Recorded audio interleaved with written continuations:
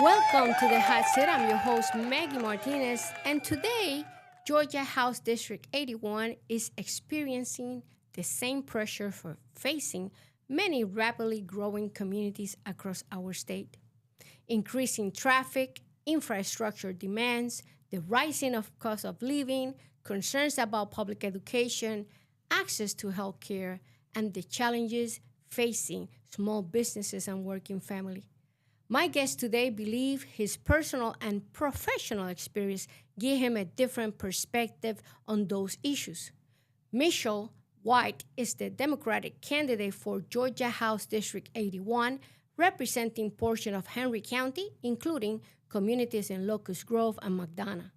He is a husband, a father, a small business owner, professional commercial truck driver, and community advocate. His campaign is centered around several major priorities, making public education stronger and technical and trade schools, addressing Georgia's maternal mortality crisis, supporting law enforcement, investing in small businesses, and improving infrastructure while protecting the quality of life of District 81 residents. But Mishael White has been here before. He ran for this same House seat in 2024 and was defeated by Republican Noelle Kahaian. Now he's asking District 81 voters for another opportunity. Today we want to know what is different this time, what he learned from that defeat, and what he will actually do if voters send him to Georgia Capitol. So let's dive in. Present Starbound Studios starring Maggy Martinez and the Hot Seat Interview. Y ahora con ustedes, Maggy Martinez en Caliente. Welcome, Mishael White, to the Hot Seat Interview. Oh, I'm on a hot seat with Maggy Martinez. Thank you for having me. I've been looking forward to this. Let's dive into it. This has been months looking for you, right? Absolutely. It's incredible how sometimes we want to meet, but sometimes, life gets in between. Schedules and your life is lifing, and so you kind of have to maneuver around it. But I love your campaign. I love your website, your logo, everything. It's looking really, really good. And we know you lost in 2024, but that doesn't make that you could lose this time. So, Right. The atmosphere nationwide and statewide is different to when you ran the last time. What did you learn from the 2024 loss? What are you doing different in 2026 so people can vote for you? Oh, well, what I learned in that 2024 election cycle, first thing I learned is how resilient people are. One of the most enriching parts of this experience running for an office is getting to talk to people and learning about their stories and the trials and tribulations and the things that they've gone through, and how no matter what, they continue to move forward and to hope and to believe that something better is just around the corner. And this time around, I'm looking to build on that experience. I'm all over the district, talking to Republicans, Democrats, and independents. Look, if we want to be honest about the climate of the country right now, there's a lot of dissatisfaction that everyday regular folks have as it relates to the political parties. They're tired of the games. They're tired of every election cycle, politicians come around telling them that the system is broken, they're going to fix it, but never want to take accountability for the fact that they're the ones who broke it. And what I'm looking to do is bring something different to this office. I'm a real world person. I know what they care about because I'm one of them. And so I look to build on that experience. And with any luck, we're going to get it done this election cycle in 2026. I think people this time are listening. They're Absolutely. listening because are we better now than 2 years ago? Absolutely not. No, absolutely not. So the reality is we're not doing well. I wrote a book. It's called The Secrets of Campaigning. So you think you could run. Buy it for somebody that is running for office. Like, buy it for Mishael because he needs one of these. It's on Amazon, $25. And this helps the show to continue the conversation because it's important that we have a platform to continue the conversation. Buy it for your daughters. For what? To develop leadership. Buy it for a friend that is running for office so they don't have to reinvent the wheel, right? Absolutely. And it's theirs, 40 years of experience. And if you feel it in your heart to send a donation to the show, is Starbound PR. That's the website, starboundpr.com. And also subscribe to the channel because the algorithm of YouTube works when people subscribe and share that subscription with your friends, your family members, your neighbor. Well, the second question, education. And QBE, you know, they have not done anything about that formula in the last, I don't know how many years. So what specifically should additional money come from? And if you're elected, what would be your top priorities? Look, the good thing is that we know where the money comes from because we already have the money. Currently, Georgia has a $16.5 billion budget surplus. So we could tap some of those funds, pump some money into our public education system, and make sure that our children are, number one, safe, secure, and number two, are getting a quality, world-class education. One of the things that I would absolutely be in support of and would look to spearhead as it relates to education is universal lunch. To me, it's inconceivable that a state as wealthy as Georgia is, Governor Kemp and Republicans love to run around talking about Georgia as the number one place for business, and that may be, but is it the number one place for families and for children? And so I would definitely be looking to fight for a universal lunch for our kids.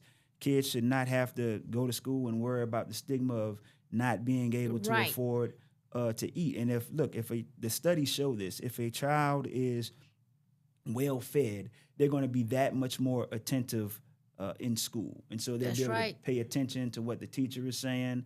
They'll be able to pay attention to, the curriculum, and they won't have to worry about, their growling or their rumbling stomach. So that's something that we can do the first day of the legislative session in 2027. Some things don't make sense because we're spending trillions of dollars in a war, but we are questioning whether we should give a child a lunch. Absolutely. It doesn't make any sense. Right. In reality, every child should receive lunch no matter Absolutely. what, no matter what the status or whatever, wherever they come from. Right. Well, technical and trade education, I think this is a plus. I think it's needed so much. People don't have an idea. Our high school students are bored, but they should come out of high school well prepared for the workforce. Exactly. What is your fundamental change that you're going to bring to the high schools in Georgia? Oh, well, look, again, this would go back to curriculum. It would go back to working with some of our technical trade schools. You have Southern Crescent Technical School right here in Henry County. They have several campuses throughout the area and throughout the state. And that's something where we can bring Henry County schools and an entity like Southern Crescent Technical College together and start developing pathways for our kids to take advantage of some of these trades. But that's just one part of it. The other part of it is letting students know that this is a viable option. You don't have to be a Rhodes Scholar or have a 4-year degree or be an academic to be able to achieve the American dream. And so that's going to come from outreach and making sure that students are aware that when they're coming out of high school and are becoming adults, they have options. There's more than one way to skin a cat. You don't have to, be a social media influencer, which is all the rage with the young folks in this day and age. You can go be a plumber. You can go be There's so much out a welder. there. You can work with your hands. I remember when I graduated Nurse practitioner, administrative in a doctor's office. And so much. And look, even at Southern Crescent, they have STEM programs. They have cybersecurity, things that you can take advantage of. Coding. And if you're a young person, absolutely, you can hit the ground running and make a decent living as a young person. And again, like I was just about to say, when I left high school, I took advantage of a welding program at Avondale Shipyard.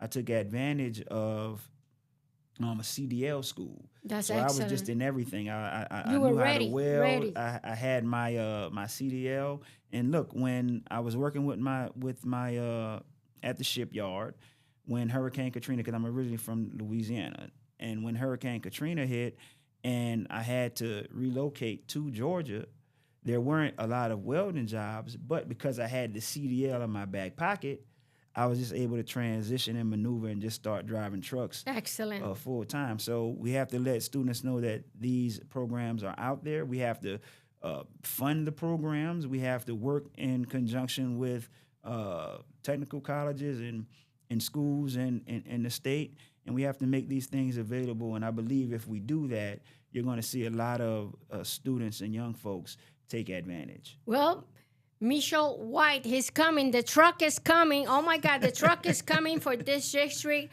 We really need a candidate that comes from the basic needs of society. Absolutely. He went up the ladder just learning from high school, and look what's happening right now. Our next state representative, District 81, is incredible. You are concerned, and this is something that you have on your website, is about maternal mortality crisis. Why do you believe Georgia has failed to solve this problem? It's priorities. It's what we're prioritizing as a state. And the other part of it, too, is the gamesmanship that's being played from the political realm. And so we know that it's a big issue. Georgia is number 2 in the maternal mortality crisis. All across the state, there are maternal care deserts. You have counties right now in the state of Georgia where there isn't even a natal ward, or there isn't even an OBGYN. You see, and so look. But you know, doctors are afraid because OBGYN, they have to pay a lot of insurance, and also because of what they passed, the new law, you know, the bill that is against pregnancy, abortion, or anything related to that. And in reality, I think politician needs to get out of the doctor's office when the woman and the doctor is there. But certainly, this is something that needs to be addressed because we don't have the facility to take care of this woman. Well, and that's just it. It's a symptom of a larger problem, and the larger problem is access to health care.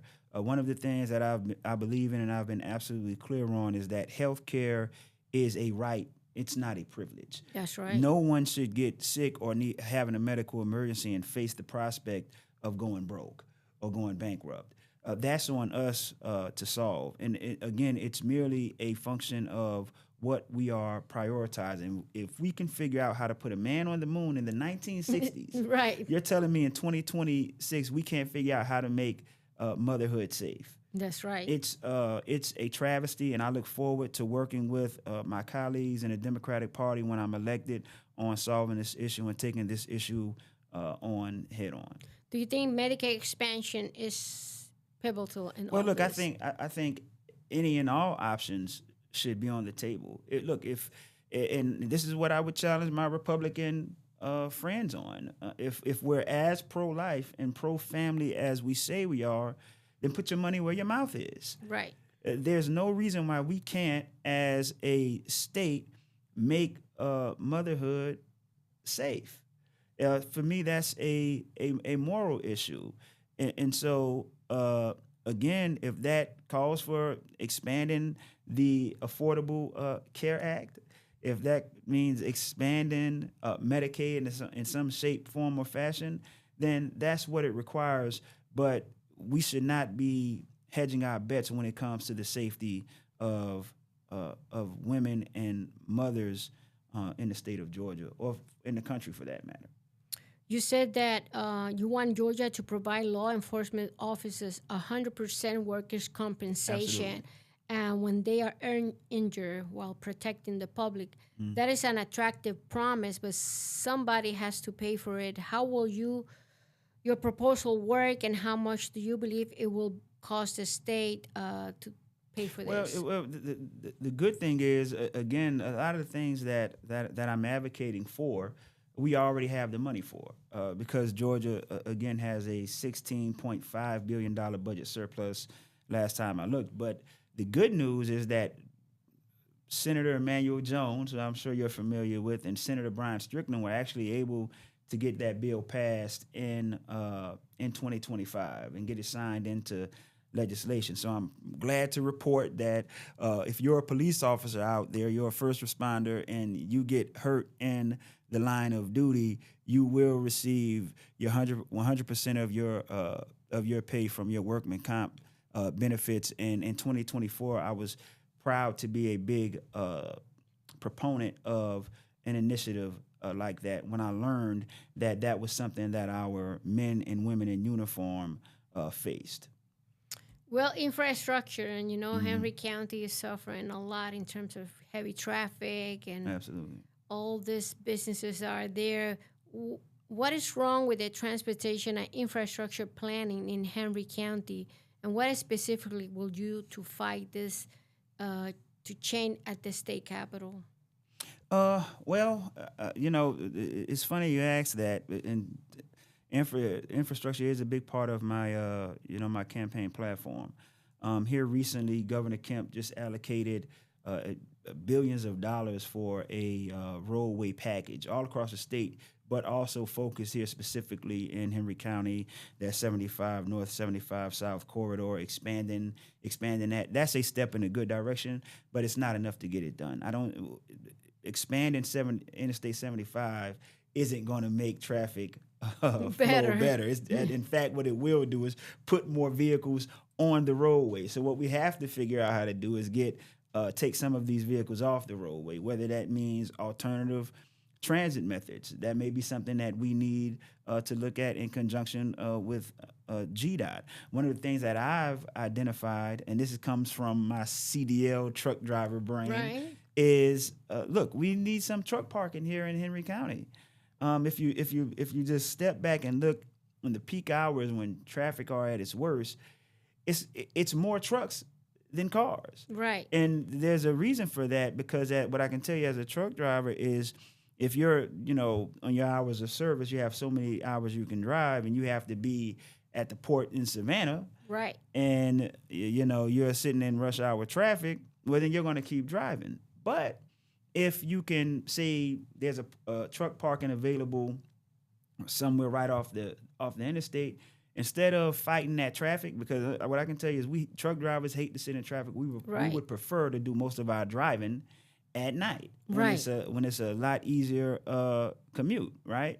And so if we had truck parking situated throughout the county, that would take some trucks off the roadway, and the county could even charge a fee for overnight truck parking. And I guarantee you, simple solutions. Exactly. Sometimes simple solution, and we don't make it happen. Exactly. And you know how many places in Henry County are abandoned that could be used for that? Yes. Instead of giving carte blanche to the data center developers, we can use some of the land that we have and just create places for trucks to park and charge a fee, That is a that great would be idea. revenue for the county. That is great. Yeah, and it would take Mishael. trucks off the road during the peak hours. That is great. Well, you are a small business owner, and supporting a small business is another part of your platform.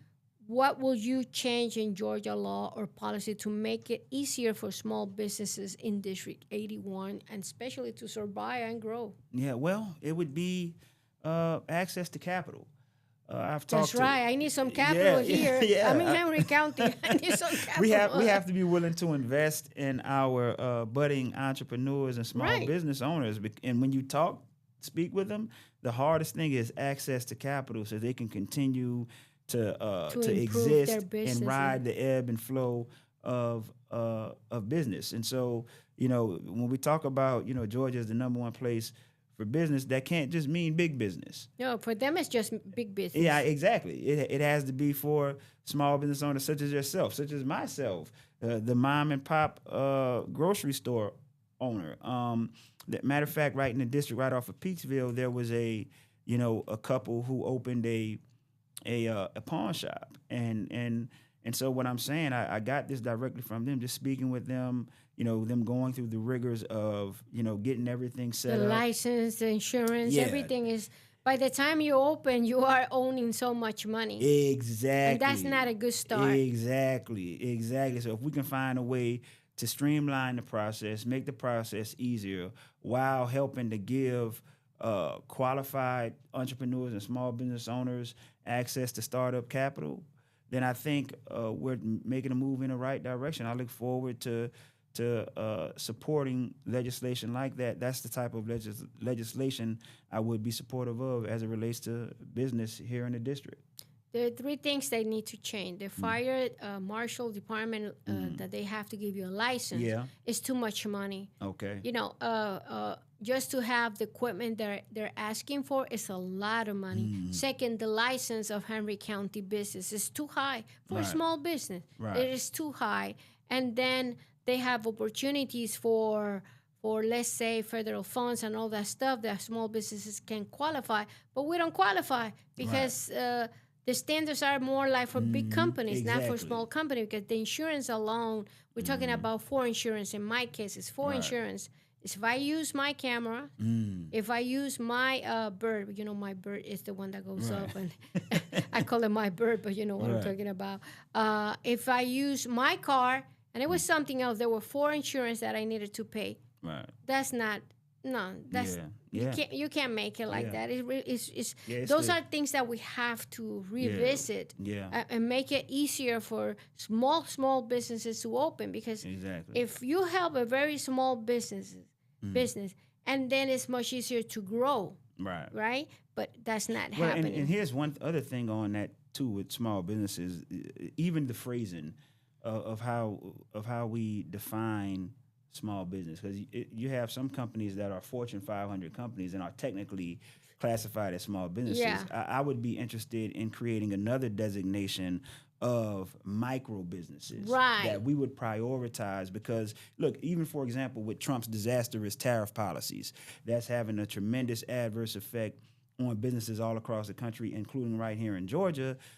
All the equipment for this studio costs more because of the tariff. Because most of this come from another country. They're not built here. Exactly. And see, if you're a Fortune 500 company, you can absorb those costs. But if you're a small business owner, a micro business owner, those costs are much more detrimental to the long-term survival of your business and your endeavor. And so I definitely think we need to rethink how we're categorizing what's a small business and what's a micro business here in the state. This is excellent. Excellent.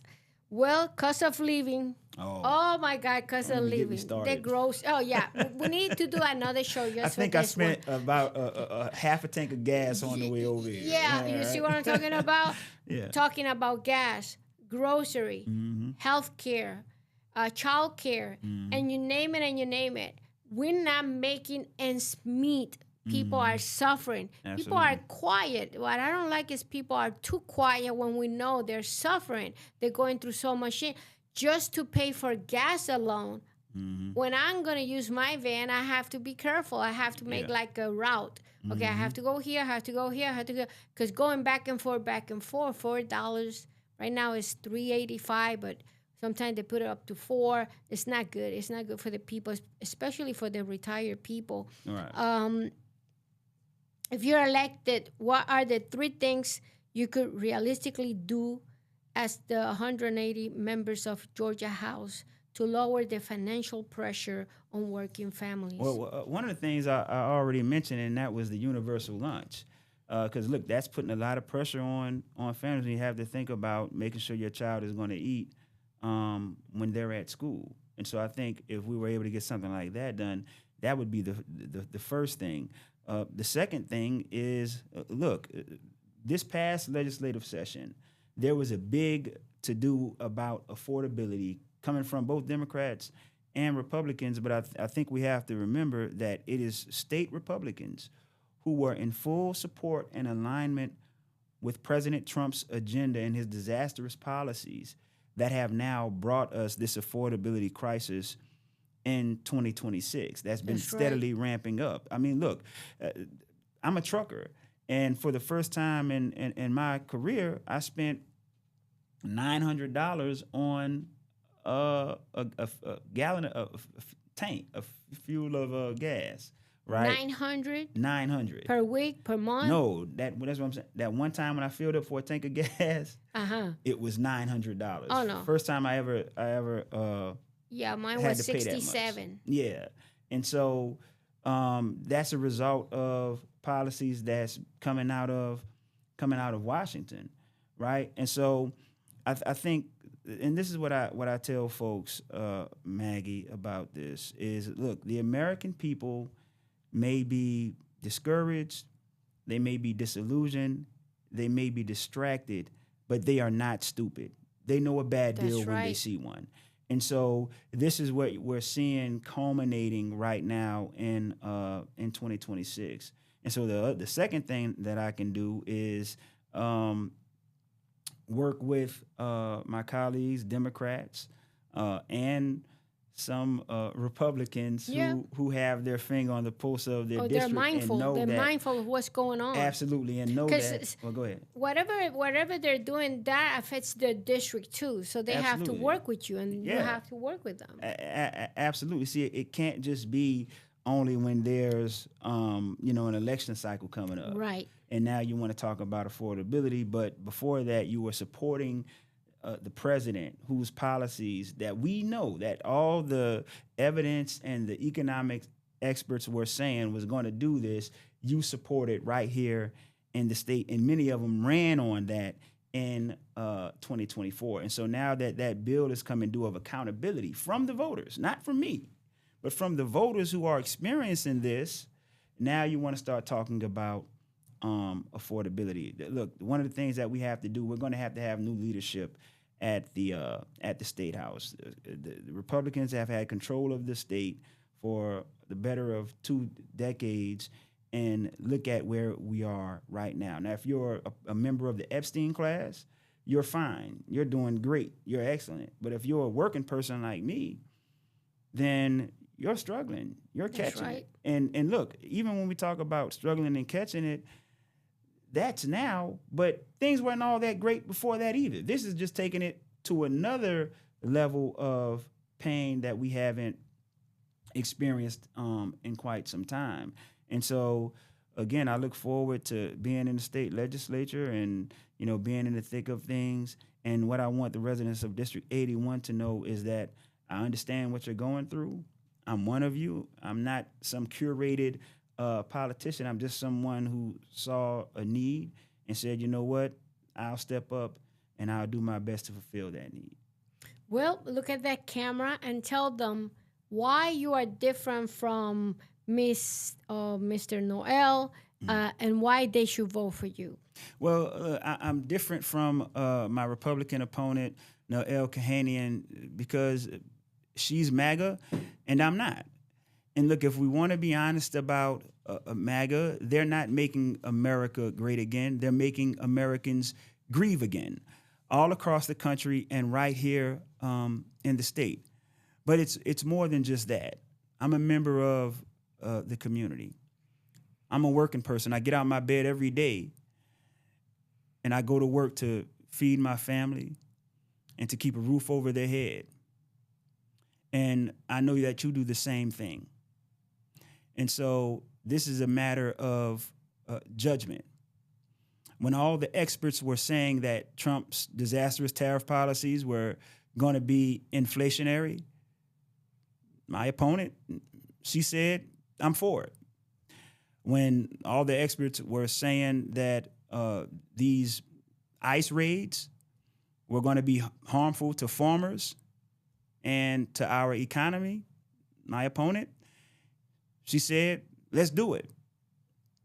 When all the experts said that this war in Iran was wrong-headed, didn't make any sense, and would create more economic pressure for you, my opponent said, let's do it.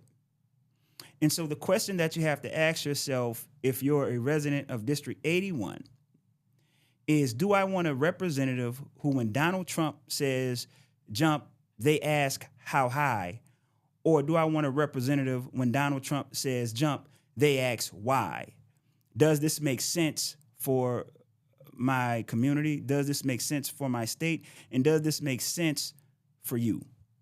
And that's the choice that you have in this election. I look forward to meeting with you, speaking with you, and when elected, fighting for and representing you, delivering the real results that you deserve. What is your website? My website is www.mishaelwhite4georgia.com.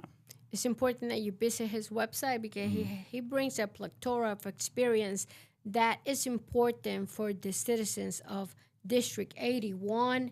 Thank you, Mishael White, for coming to the hot seat. It has been incredible how much we have discussed. We need to make like 5 more shows because it's so much to cover, right? Look, one of the things I'm looking forward to is when I'm elected is being here routinely to talk about issues that's going on at the state capitol that's affecting the district and affecting the county. The communication, once you get elected, the communication with those that are in the district, because sometimes we think they know, but they don't know really. Right. Well, this is Maggy Martinez, the hot seat. Don't forget to always be informed, because the candidates that come to this show will improve the quality of life of you and your family. This is Maggy Martinez, the hot seat. Until next time.